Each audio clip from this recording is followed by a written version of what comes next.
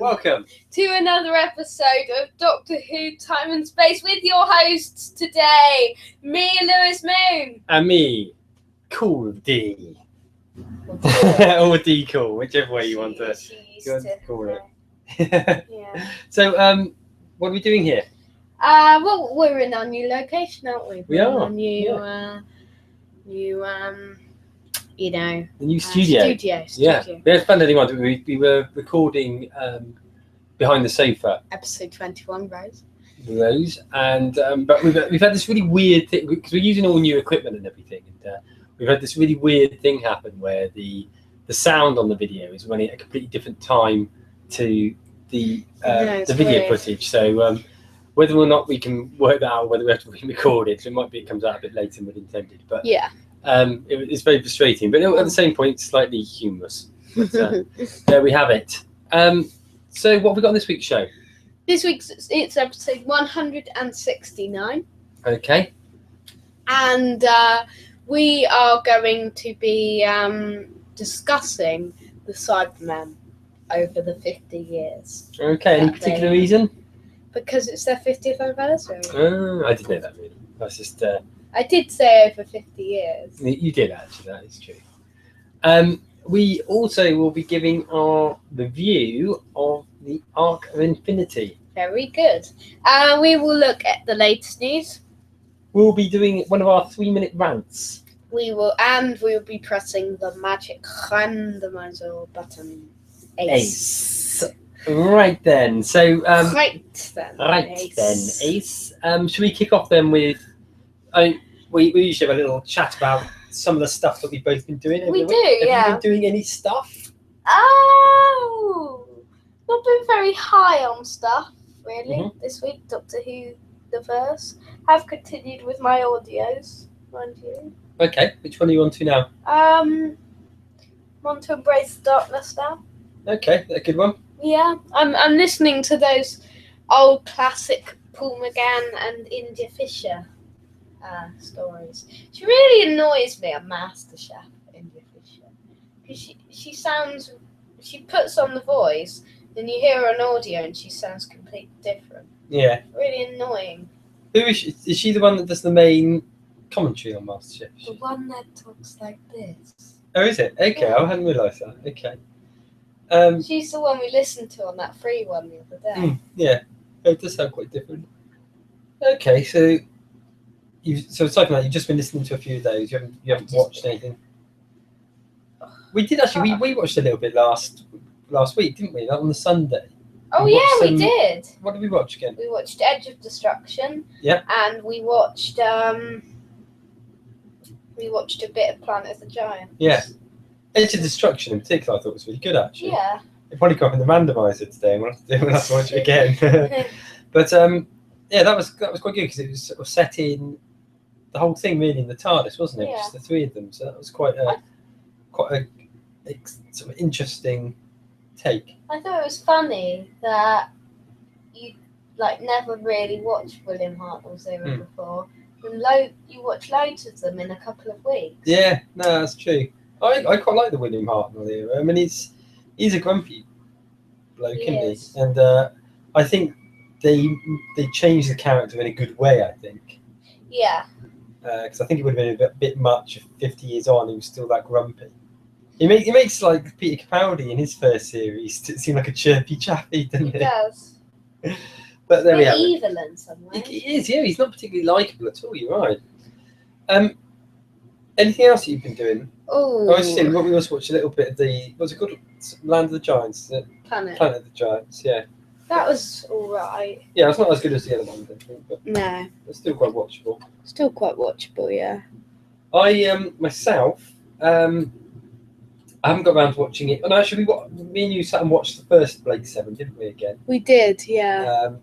But I haven't carried on any further with the ones that I've been watching, but I did last night. Now that I've got Wi-Fi again, hooray! At last, Wi-Fi again. Sorry, just doing something. Now that I've got Wi-Fi again, I carried on watching Breaking Bad. So I got to the first part of series 4. Which is quite good. Pretty explosive. Because it had series 3 had a really explosive ending. Did it? Yeah. Was it good last night's episode? Yeah, it's a bit of a. It's a bit of a sort of build things up sort of episode. Yeah. Certainly wasn't as exciting as the last one from the previous episode. But, no. And then I started watching the series that's on Now TV at the moment, Outcast, which is written by or done by the same guy that does The Walking Dead, but it's all about possessions. Okay. As in people being possessed, not things that people ate. Yeah. And that was good. It's sort of like a sort of old school horror film sort of feel about it. So it'd be interesting to see where the rest of that series goes, because that's certainly quite watchable. How many episodes is it? I'm not sure. Actually, off the top of my head. Is it this year? Was it out this year? Yeah, I think it's still going on at the moment, actually. Okay. Yeah, quite enjoying that as well. So I'll be probably watching those two things over the next few weeks, I would imagine.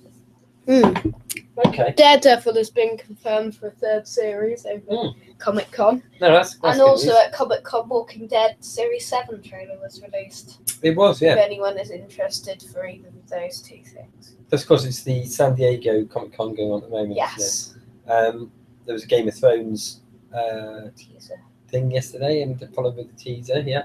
So I need to catch up on that. I've not really had a chance yet to. You've watched the trailer for Walking Dead. Watched the Walking Dead trailer, and that looked quite good, although there's a limited amount they can do. It's a little bit like what happened with Game of Thrones one, because there's a certain character in Game of Thrones who obviously you didn't know whether he was alive or not. So, yeah. So it meant that they couldn't use any footage.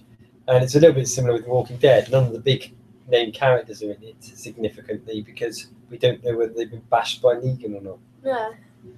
Okay, so sticking on the theme then of Doctor Who, because that is the podcast that we present, not an all-round entertainment one. No, but it would be quite good to host it. Yeah, well, all-round entertainment one. So, what you got for us news-wise then this week, Mr. Moon? Was it last week or the week before that? I think it was 2 weeks ago that we talked a bit about Matt Smith and his apparent return to Doctor Who. I think it was, yeah. So just to recap for those people who haven't listened or haven't heard about this, he, according to the Mirror, said that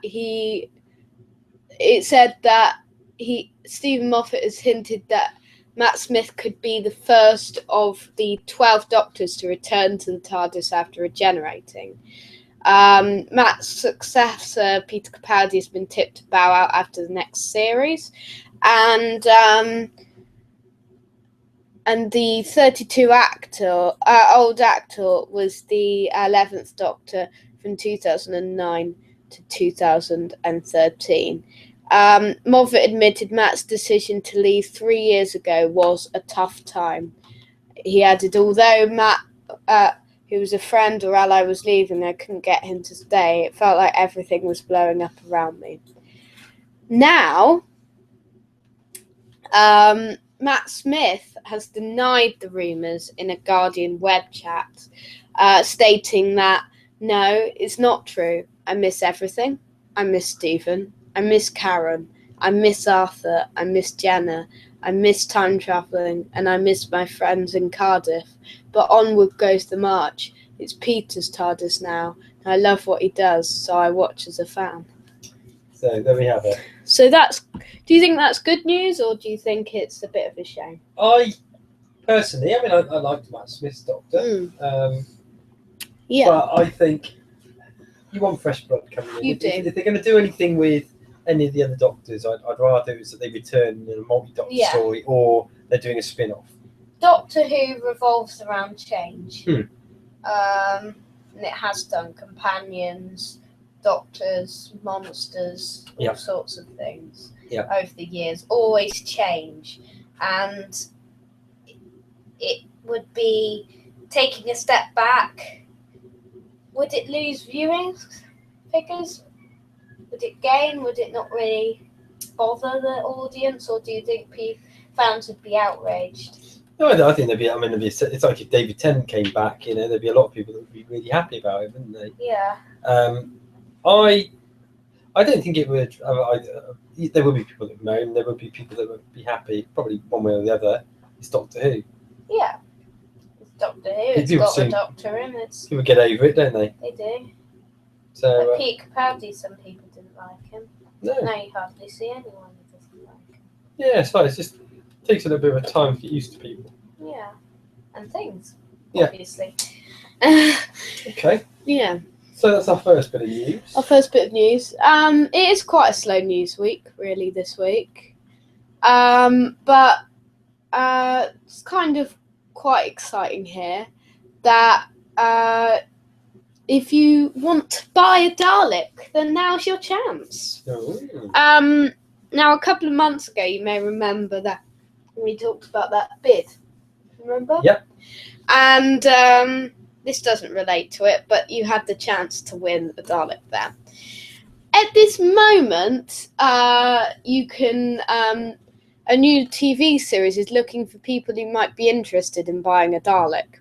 Crook Productions are preparing a TV auction show called Sell or Swap, where viewers can bid on a mix of items ranging from expensive antiques through to second-hand speedboat or some unique memorabilia. One of the items being auctioned is a life-size replica of a black Dalek. The production company are looking for potential buyers before the auction goes ahead on Tuesday, 26th of July in Bristol, which is only a few days' time, so make sure you do it soon if you want to. Potential buyers... This looks like a really crap idea for a programme. It does. Doesn't it? It does. Sounds a bit repetitive. Yeah. No, Doesn't indeed. sound really original. I mean, we wouldn't fit a Dalek in here, would we? But No. if there was space, then it'd be great to have a Dalek. It would, but just as a concept for a TV program, it's a bit poor. I wouldn't watch it. No, it's like scraping the bottom of the barrel, isn't it? Really? It is really, to be honest. But you know, TV shows people run out of ideas for. Obviously so. Surprising. That Doctor Who's still got ideas, and Game of Thrones and stuff. Yeah, I mean, it's got such a popularity. If you look at dramas, some of this drama's probably one of its strongest periods ever, really. Probably is. Yeah. Okay, so if you want to buy a Dalek, then take part in that. Yeah, I hadn't finished, but so potential buyers would have the opportunity to bid on the item in the auction, or if they had an item they wanted to get rid of, then there could be a possibility of a swap. If you are not able to make it to the studio, then it might be possible to submit a phone bid. Anyone interested should contact the link, which is in the show notes on the misslessmoon.weebly.com website. So the thing for sale is a life-size replica of a black Dalek Sec Dalek. You can see pictures in the show notes of the note that I just mentioned. Rewind if you don't know what those show notes are because you didn't write it down or you have a bad memory. Sorry about that. I can't really help you, I'm afraid. Just rewind a little bit. 30 seconds, 1 minute, you know. Dalek Sec appeared in Series 2, Army of Ghosts and Doomsday, and in Series 3, Daleks in Manhattan and Evolution of the Daleks. A really good quality fan replica that breaks down into 3 parts. Guide price is £2,000. So if you want to bid or phone bid, then please just do it now. Do it as soon as you possibly can, because you've got the odd £200 floating around. £2,000. Sorry, £2,000 floating around. If you have, then please buy a Dalek. We're not going to though. No. It would be great to have one a Dalek that you could actually drive around places, wouldn't it? That would be brilliant. It'd be quite cool. Like even a kiddie one. Yeah, no, indeed, that's right. That'd be good. Okay, so if that's that bit of news, do we have any further gossip or news, or is that it? Because I know you said it's quite a light week. No, there's a bit more. I mean, we sort of There's no news. What I'm surprised at is we haven't had filming news for a few weeks. No, I imagine probably most of what's going on in the studio or something like that. I guess so. Yeah. Do you think we'll have a bit more news about what episode 2 will be like in terms of cast or directors or monsters or something? Maybe, Because Frank Cottrell-Boyce is going to be doing the second one. Which in itself would be interesting because a lot of people hated the last one he did, wouldn't it? I know, but it could be another case of the Pitanus. Yeah, I mean, he's obviously not a bad writer. He's about that story, so we'll see what comes. I don't think Frank Cottrell-Boyce was meant to be a bad writer. No, that's right. It's just it wasn't. People didn't like that episode. People didn't like that episode. I thought it was alright personally. But... I thought it was alright. Yeah. Not really like the best of Series 8. But... Yeah, but if it came up in the randomizer, we wouldn't mind, would we? No.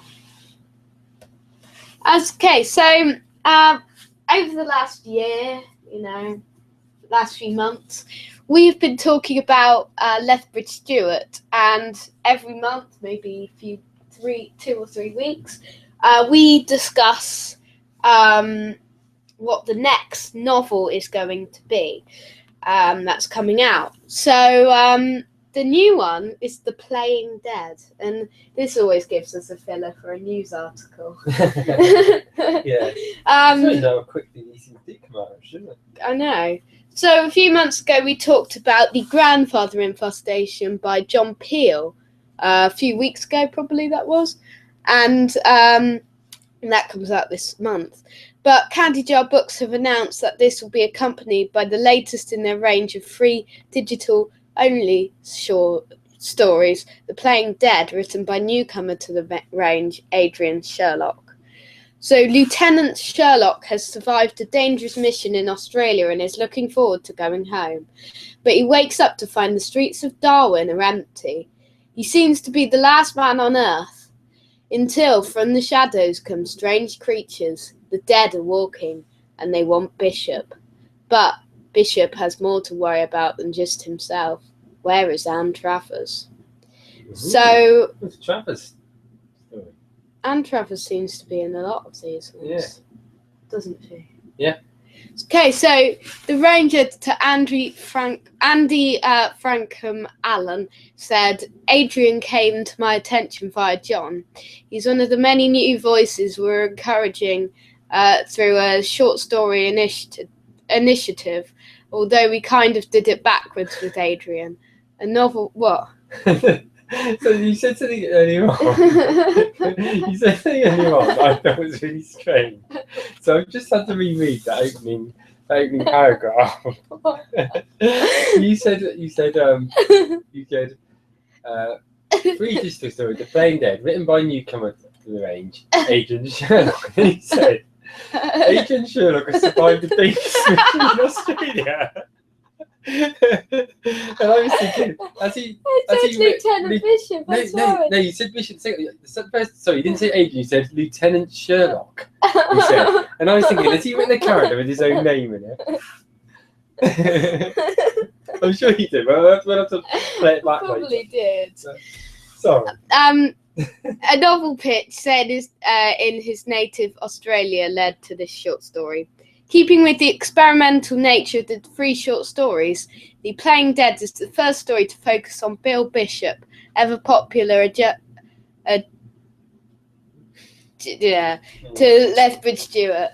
Although set within the current narrative of the book series, The Playing Dead moves the story forward a year.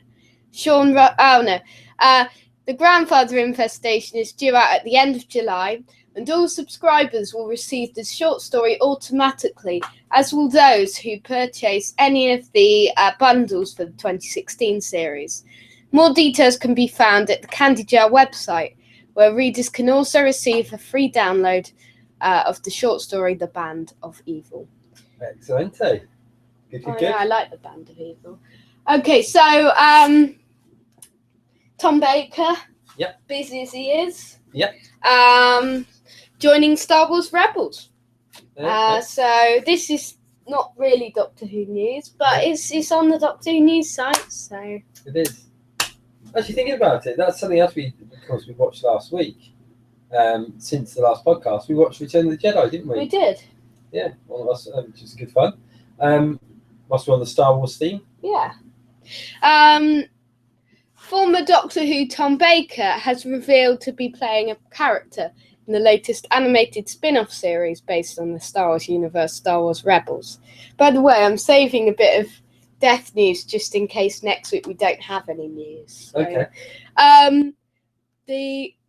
The actor's character, the Bendu, appeared in the trailer for the third series launched at yesterday's last week's Star Wars Celebration 2016, taking place in the Excel Centre in London this weekend. The character is introduced by Baker in the trailer as Jedi and Sith, the light and the dark. I am the one in the middle, the Bendu. The series is due to be broadcast on Disney XD later on in this year. Thinking about that, of course, we'll be at that very building next weekend. We will be there next weekend. So Film and Comic Con in London, folks. Remember, guys, if you want to see us there next week, make sure you get us there. You know what we look like. We'll probably have our behind the sofa t-shirts on. We probably will. We probably won't have cosplay. Yeah, we're toying with cosplay. Maybe we'll save that for another time. We might do. Yeah. Yeah.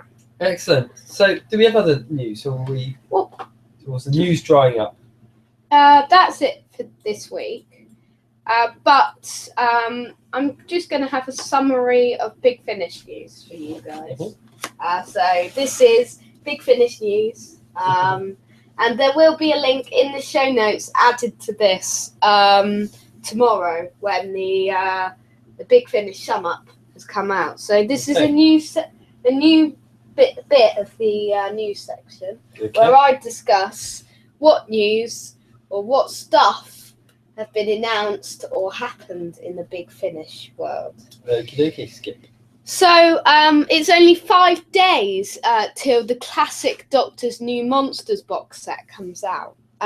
This box set will be the 5th Doctor facing the Weeping Angels, the 6th Doctor facing the...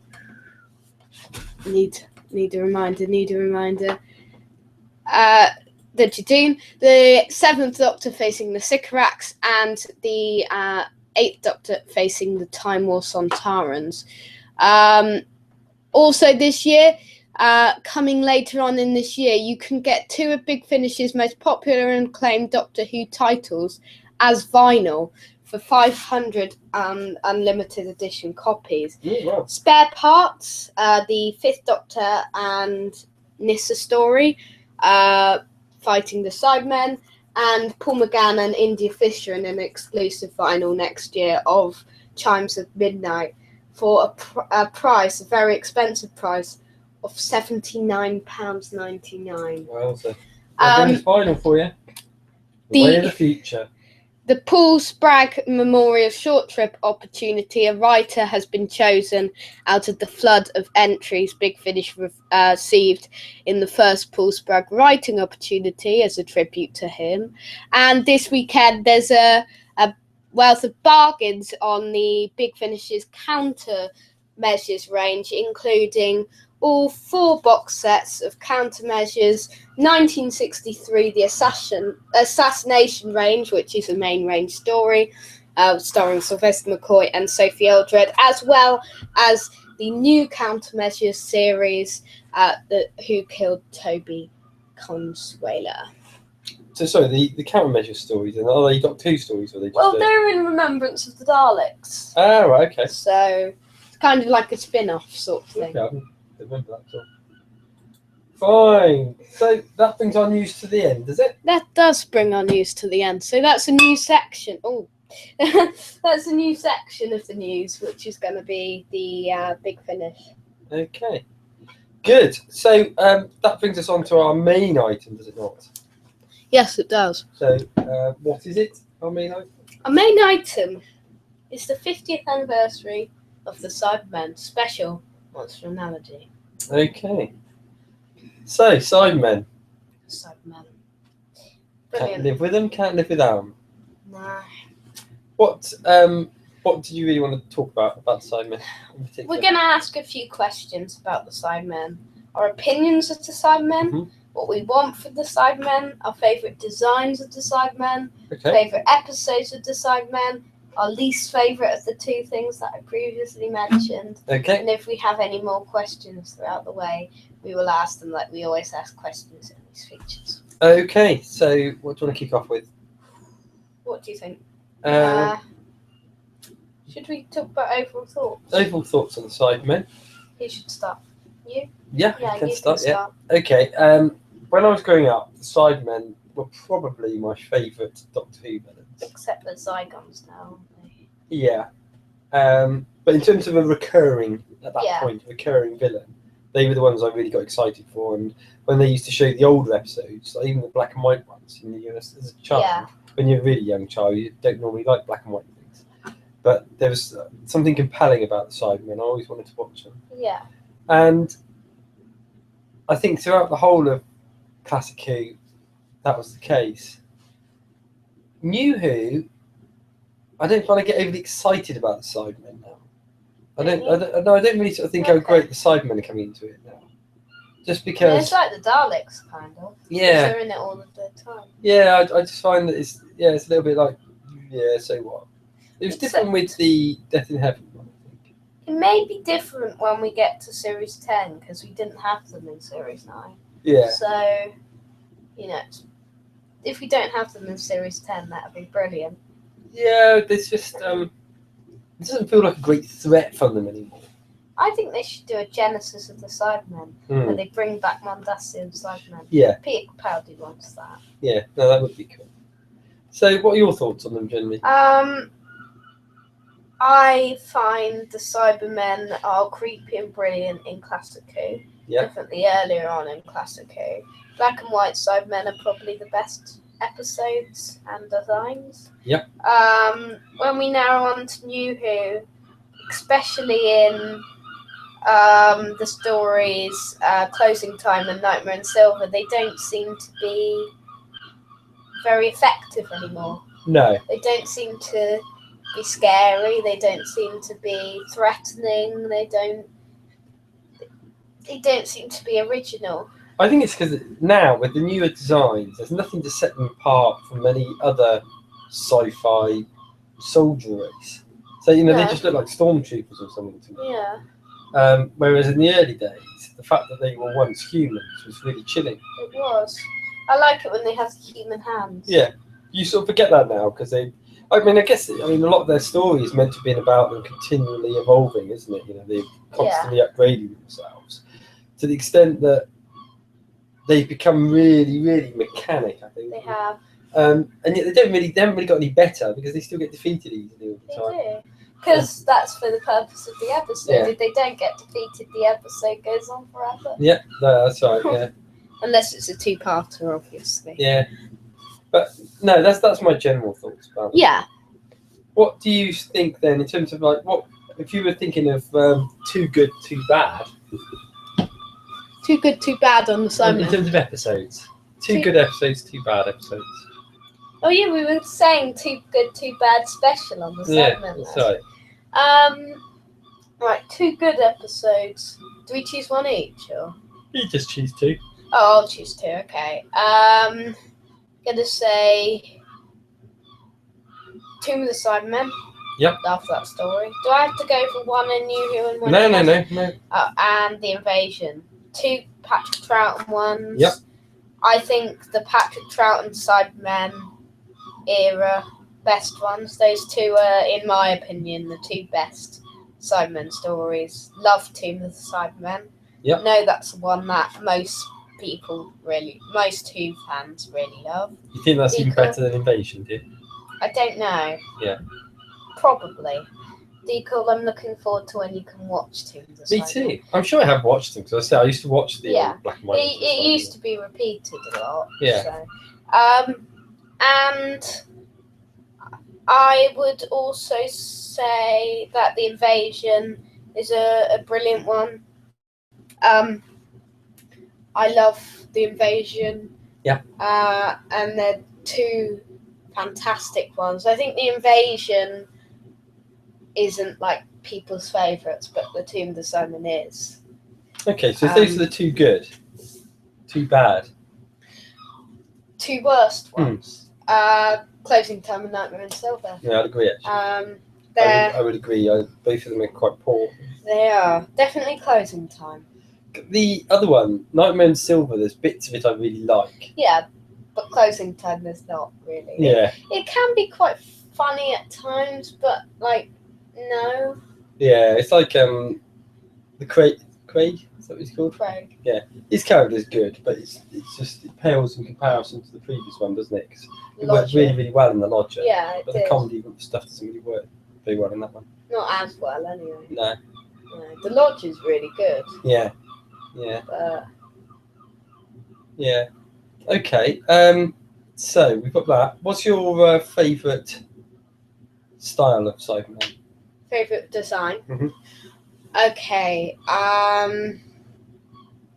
I would say my favourite design of the Cybermen is the Mondasian Cybermen. Mm-hmm. It's so creepy, so eerie. Yeah. They're human hands, cloth faces. Yeah. Just brilliant. No, I love the chest plates as well. Yeah. And I actually I would think probably certainly it's one of these earlier sorts of Cybermen, right through to the sort of Tom Baker era. Yeah. You know, when I was growing up, I really loved the Tom Baker era Cybermen. Yeah, they do look exactly like the Invasion Cybermen. Yeah. Tom Baker's Doctor only met them once, didn't he? Yeah, he did, which is surprising. Well, it's because I must have watched a lot of the old episodes because I'm sure I watched a lot of Cybermen stories, but John Pertwee didn't meet them at all. No, indeed. I must have watched some of the old Patrick Troughton ones. Don't think I saw the William Hartnell one. I would like to see that. Yeah. Yeah, he only met them once, didn't he? He only met them once in his last story, wasn't it? Yeah. Okay. And what's your hopes for the Cybermen moving forward? Well, before we move on to that, what's your least favourite Cybermen design? Least favourite one is probably the first of the New Who ones. Yeah, I mean it's all right. It's like I say, it just makes them a little bit mechanical warriors. Yeah. Types. It's all right. It's not like really bad, but it's their worst design, I would say. I don't like it how they changed the voices around this sort of Earthshock time where they suddenly start having really human voices. Yeah, I know. There's something. It was good when they sounded like this. Yeah, that's right. Yeah. So, what's your hopes and dreams for Cybermen moving forward? So, I don't want the Cybermen to be in it every series. Suppose they've sort of given you that with Series 9. No Cybermen in Series 9. But it'd be good in a way if there wasn't any for another couple of seasons. It would be good. But I think Stephen Moffat will probably want to do one Cyberman and Dalek story and one Missy story. Maybe one of them will be together. I bet you. Do you think? Going on a bit of a tangent. Do you think after Missy with the Cybermen in Series 8 and Missy with the Daleks in Series 9? Yeah. Do you think she'll team up with an old enemy in Series 10? Yeah, I could do, I guess. Yeah, there's always that. I'm not really sure what more you can do with the Cybermen. I mean, what I don't like, if they're going to do a Cyberman story, make it a Cyberman story. I don't want one of these ones where the Cybermen are just in it for about 4 minutes. Like Hellbent, they were in it for like 4 seconds. Yeah, it happens quite regularly. You had it there, you had it in the one with Rory the Centurion in it. You had it in Good Man Goes to War. Yeah, there's another one in particular I'm thinking of. Can't think. No. Oh, what Cybermen? Oh, the Matt Smith series ender. Time of the box. Doctor.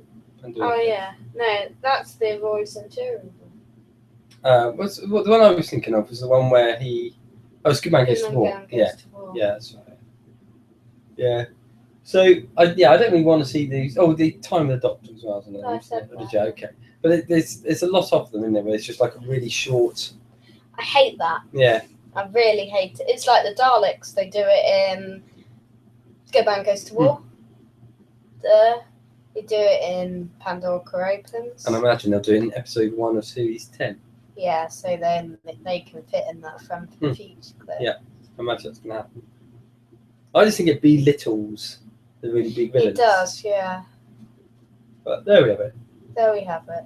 I mean, what sort of stories do you want to see from the Cybermen? Well, like you said, I think it's something which is sort of like a Genesis type story would Yeah. be good. Something that takes you right back to the beginning. Peter Capaldi's final series, if it is. Yeah. Come on, you have to have. Yeah. You have to have Mondasian Cybermen. He wants Mondasian Cybermen. I think it's going to be a struggle to really think of anything too different to do with them. It is. Yeah. But what was quite good is that with the last one, you know, the Death in Heaven one, they at least managed to make them feel threatening again. They did. And that's the first time they've been threatened. That was good. I really liked them in Death in Heaven. Yeah. But Darkwater as well. But let's hope they can sort of remain that way if they return. Yeah. In an upcoming series. Let's hope so. And we're celebrating the 50th anniversary of the Cybermen at the moment on our YouTube channel in various ways. Excellent. Stuff that we're doing. So Good. Yeah. Anything else to add on the Cybermen? Don't think so. Do you think? I mean, how many Doctors have never met the Cybermen? So then, Third Doctor never met the Cybermen. Yep. 8th Doctor on TV never met the Cybermen. No, true. 9th Doctor. Yep. Or War Doctor, do we count him? Yeah, that's true. Yeah. War Doctor. That's it. Okay. So aside from John Pertwee, all the other Doctors that were the Doctor for a period of time. Yeah, but again, he only did the one series, didn't he? So he did a series. Paul McGann did one episode, and John Hurt did one episode. So aside from that, everyone else has been a Cyberman one. Overused. Overused. Give us our Cybermen back. Overused.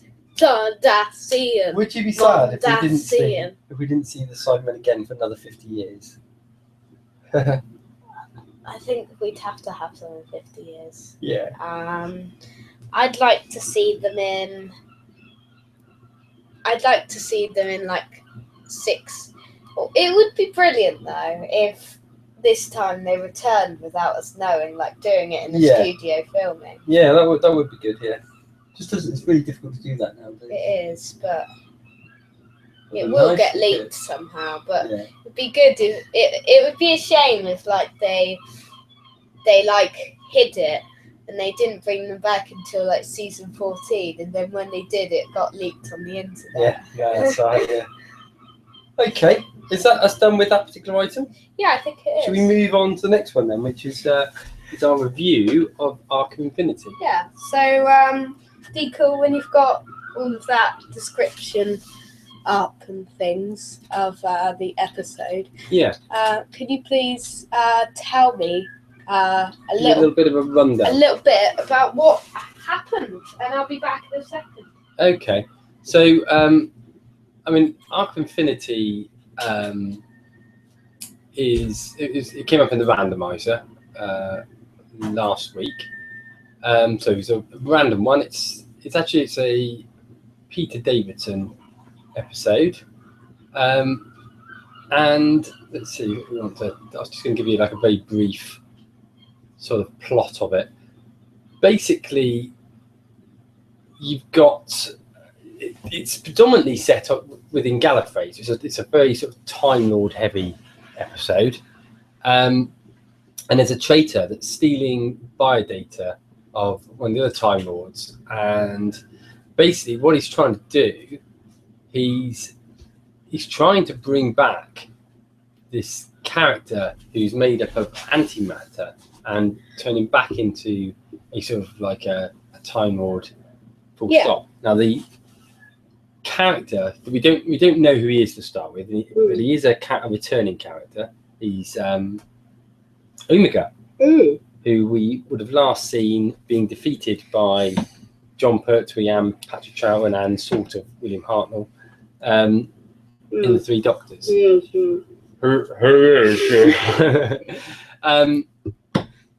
But as a result, there's a lot of suspicion from the Time Lords that actually the Doctor's doing something he shouldn't do. There's even the thought at one point that actually the leader of the High Council is actually behind it.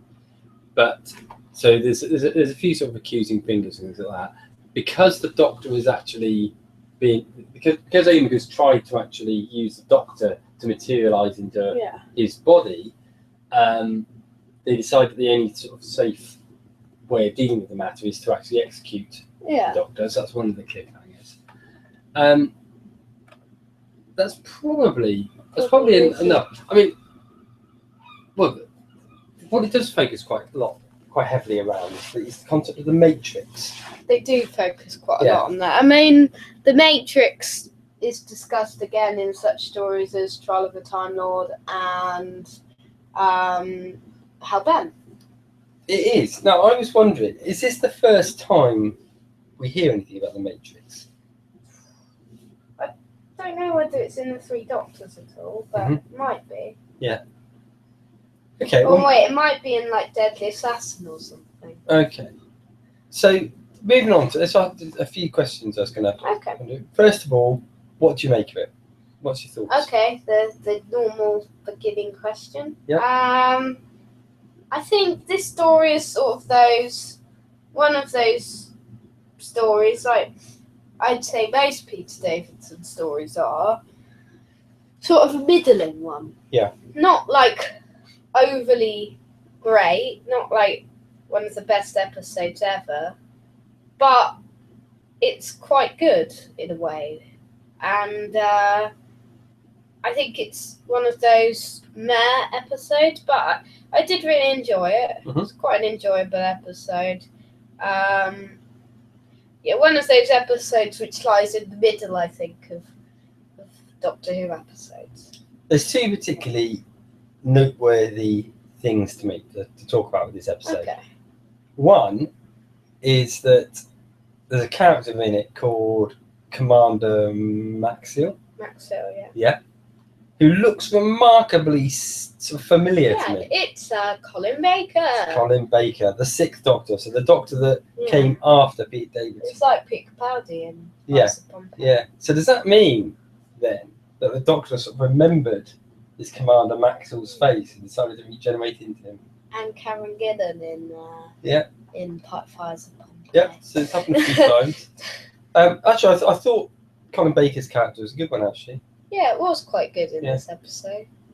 The other thing that I was really going to concentrate on has gone out of my head completely.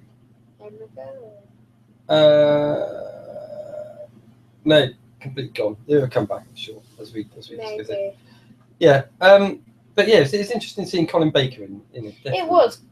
It was very interesting. What do you think of? Oh no, I remembered it. The other thing I was going to mention is it's the first time I've ever seen an episode where Nyssa is the main companion on it. I mean, she's the only real companion. Oh, sorry.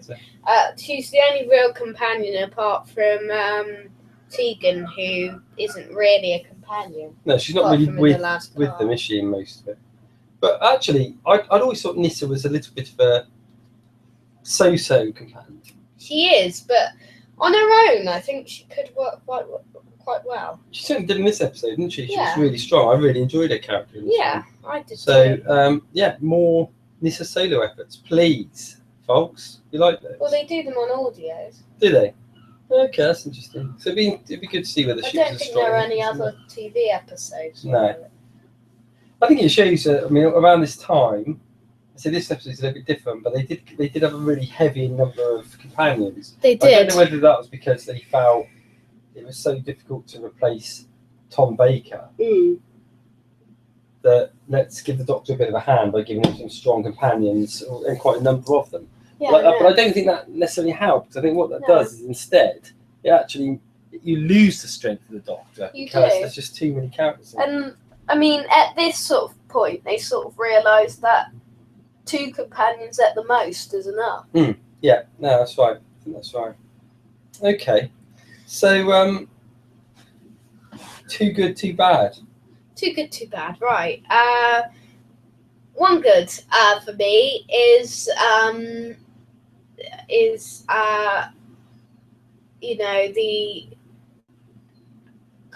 Colin Baker in this one, actually. I'm going to say Colin Baker in this one.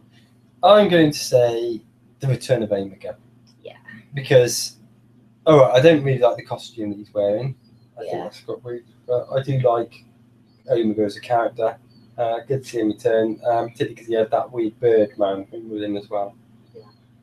Too bad. One bad. They are important to the story, but I find the 2 Gumbies annoying. Colin and that other Gumby. Oh yeah. Gumbies. Yeah, not Lisa, Tegan's cousin. Yeah. One bad. Let's see. It was a good episode, but the chase sequence at the end went on a little bit long. I didn't necessarily think. In fact, a bit like filler. Didn't really feel like it needed to happen. It didn't really add anything to the story. Probably because they needed it to be 25 minutes. So, run around for further 15 minutes. We're a little bit short.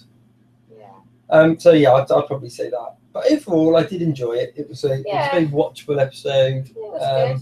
I'd like to have seen Omega return a bit more strongly. I don't think he was in it as much as he should have been. No, maybe not. Suppose he's not in 3 Doctors overly too much. No, but since he's going to be so powerful, it just seemed a bit pitiful, didn't it? But it did. But overall, I think it's a solid story.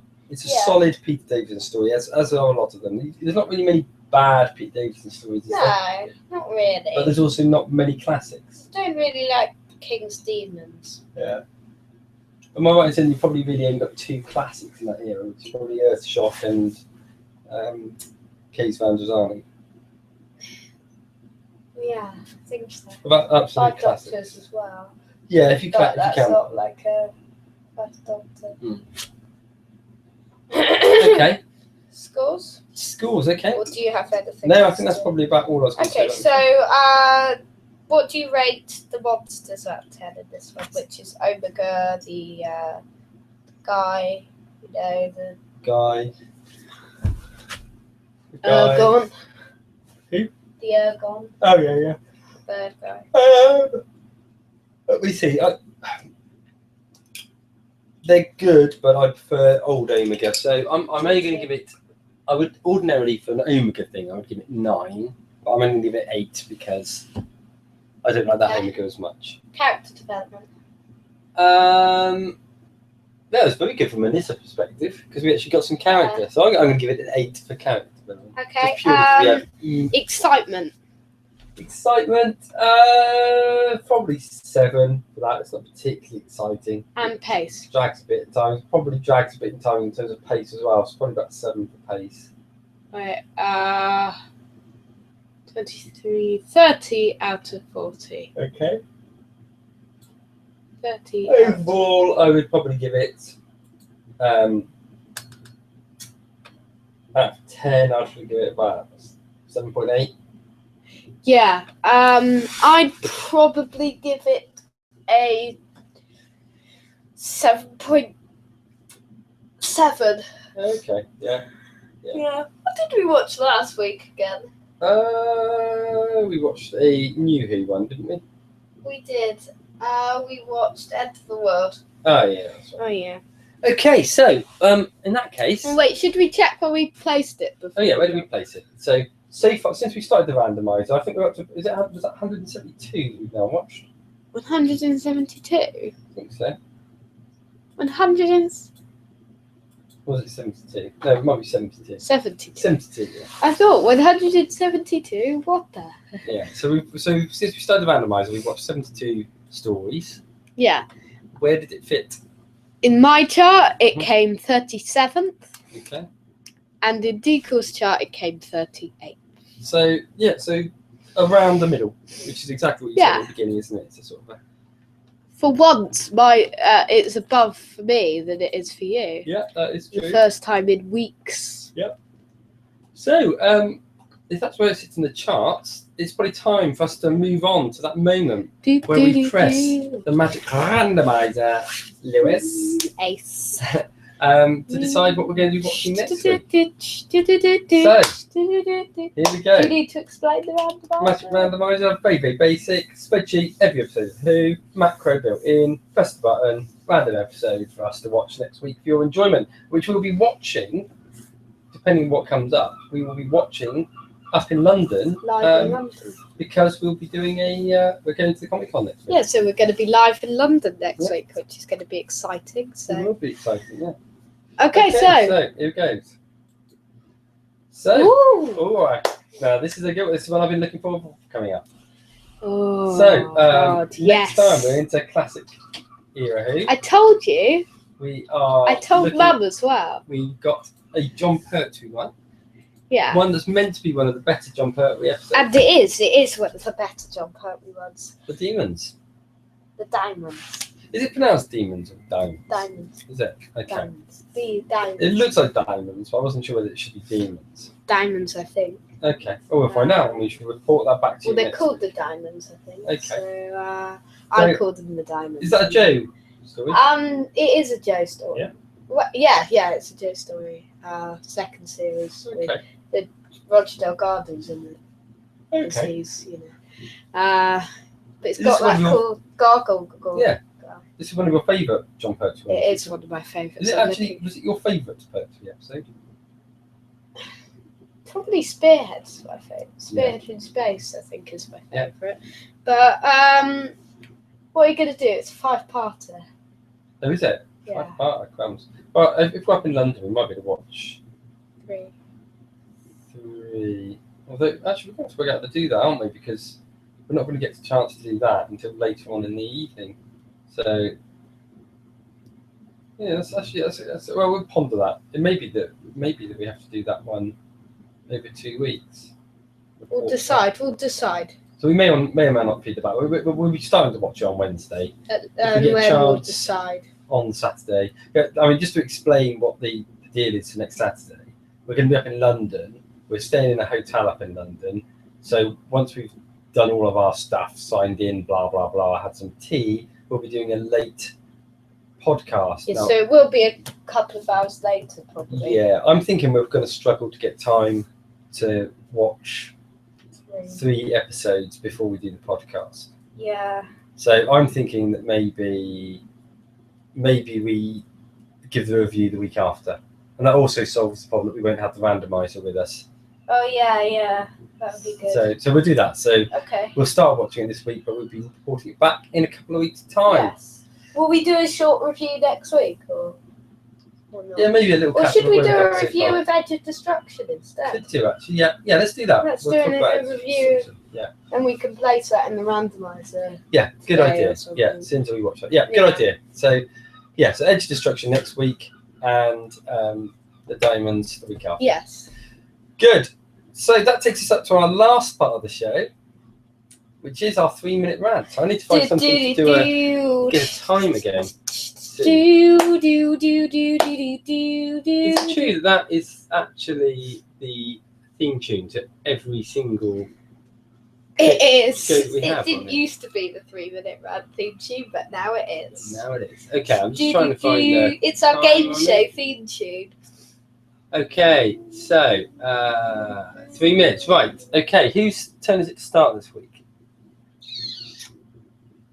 So it's a 3-minute I'll round. go Basically, first. we both have 3 minutes to talk about a subject that the other person chooses. I'll go first, and then I'll remember that next week I have to go first and who to face. Okay, well in that case, your 3 minutes this week is going to be. I want you to rant either positively or negatively on your expectations of class. Okay.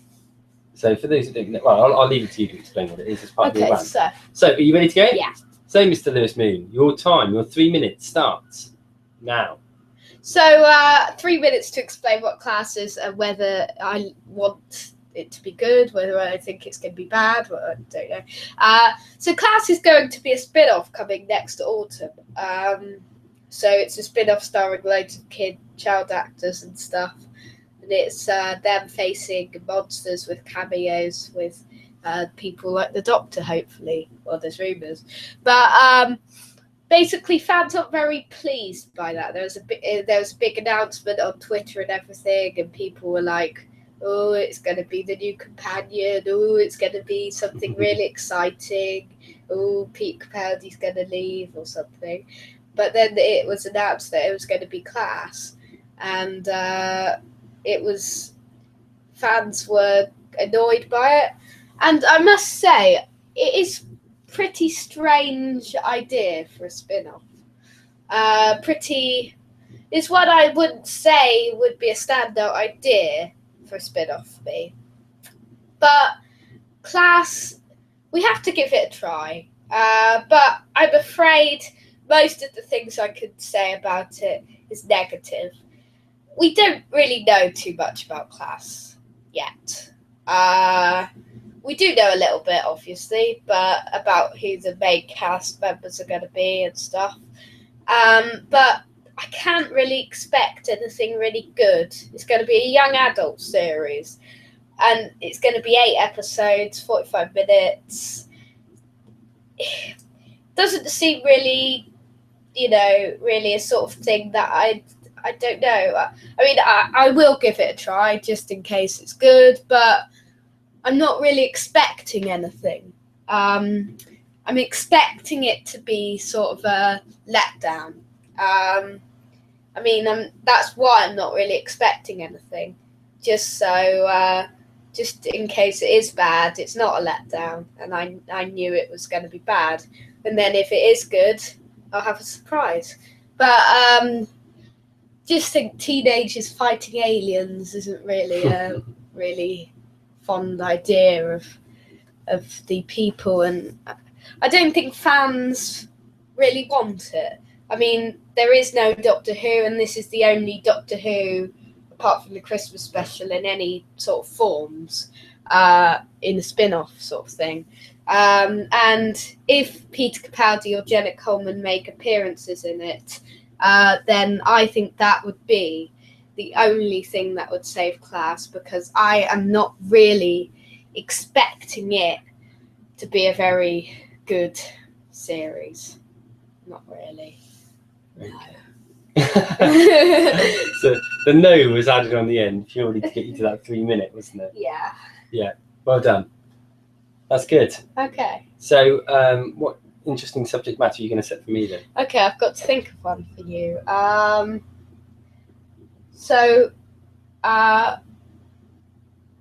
What do you want what do you want to change in Chibnall's era of Doctor Who? Okay, so Chibnall's era, starting from... Okay, so I think what we get with any showrunner, I guess, when they come in, they'll have a certain style that they will want to try and portray. I think Russell T Davies very much went for sort of a family feel for the majority of his run. Moffat wanted to provide a darker edge, and certainly the Moffat stories during the Russell T Davies period are still some of the darker edged parts of that run. What will Chibnall bring? Like I said, probably what would I like him to bring? I think I would like him. I would like them to go back to having something which is more friendly to the average viewer, but I don't want it to get to the level that it was with RTD. So I would like more stories with a lot of depth and strength to them, but with a bit of humour. I don't want lovey-dovey stuff. Don't want that at all. I want the Doctor to still be alien, like he has been, particularly in the more recent one with Capaldi. He's felt like an alien. I hope they really keep that. I hope they don't sell out and have another Tennant type Doctor. Not that I've got anything against David Tennant, not haven't by any means, but I don't want a heartthrob sort of Doctor. I want a Doctor that is going to bring that whole sort of out of this world feel to it. I would like Chibnall's ear. I tell you what I really would like, and Moffat's done a little bit in terms of the fact that he's had a story arc that runs. But one thing they've never done with Doctor Who is actually have one story that actually runs right through a series. There's rumours that could happen in Chibnall's ear. Oh, is it? Okay, well, I hadn't actually heard that, but I quite like that idea of one story running right the way through a series. I think it would, in terms of actually really adding depth to the story, I think that would be good. And we've seen it a lot with a lot of the newer series, things like, we talk about all the time, but things like Game of Thrones, Breaking Bad, Walking Dead. They enable this real strength of story, this real strength of character. I think for Doctor Who to stay relevant, maybe that's the sort of thing they should look for. Maybe we should go for some, because it can still have subsections to the story, but at the same point, I think if we've got the main core stuff all the way through, I think that would be a welcome change, something very original that they haven't done before on this very long running series. Thank you very much. Thank Good you. night. Yeah. So there we have Good it. night. 3-minute rant. Yes. Wowzer. So that probably brings us to the end of the show, doesn't it? Yeah, I think so. So what do we have on next week's So show? on episode 170, we're going to change a few things because of various reasons. Mhm. But we're live in London Yep. Next week. So just a warning for you guys if you're going to watch it. Maybe a few hours later. Probably, yeah. It'd be early evening, I think. We'll probably. It won't be at 4 o'clock. We No, just need to say that. No, it'll probably be after we've gone and found ourselves something to eat. So don't expect this podcast to be here straight away at 4 o'clock. No, indeed. We are going to be on the Comic-Con on the Sunday, so sadly we won't be able to talk to you on that day, but we will be able to give you the latest on the Comic-Con the day before. The schedule has now been released if you need to know. What we should try those and do, will be at the perhaps, London Comic-Con website. Perhaps what we'd do, perhaps we could do some tweeting from there. Yeah. Yeah? Okay. We could do that if we take one of the mobile devices with us. Yeah. Perhaps and log that in for you. We could Okay. do some live tweets as to what we've seen, perhaps even tweet a few pictures that we capture during the day. Okay. Okay, that sounds good. Yeah, so our main feature. What's our main feature? Should we do... Our main feature, well, it'll probably be the Comic-Con, won't it? Oh no, because it's the week after. Okay. Should we do Doctor Who on location? Okay. Where we talk a bit about what we think about Doctor Who going abroad. Okay, that's fine. That sounds good. That should be an interesting one next week, how much we've got to talk about, because obviously we haven't got a proper review, although we are going to talk about Edge of Destruction, aren't we? So yeah, we are going to Edge talk about Edge of Destruction. Okay. In our and we may give you a little bit of a verdict on the first 2 parts of the Diamonds. Okay. We'll be doing another Who to Face. We will be looking at the latest news. And we won't be pressing the magic randomizer because we've already done it. Yeah. But So we'll keep you. We'll give you the latest on London Comic Con, and that'll be one of our. It'll be 2. There'll be 2 little articles next time as our features. So I hope you've enjoyed listening to the podcast. We Yeah. enjoyed presenting it as always. We have. We're off to have some tea now. Yes. And we'll be back sort of later on a week's time at some point in the evening. Yeah. So see you then. Same time. Same space. Yes. Why do I keep saying that? Yes, yeah. Wait, how do I do I this? don't know, I completely forgot. Canon theme. Commentary on the end theme. Come on, Canon theme. In a minute you'll hear Lewis speaking with an unfeasible deep voice. It sounds like me, but it isn't. It's you. No, but here we go.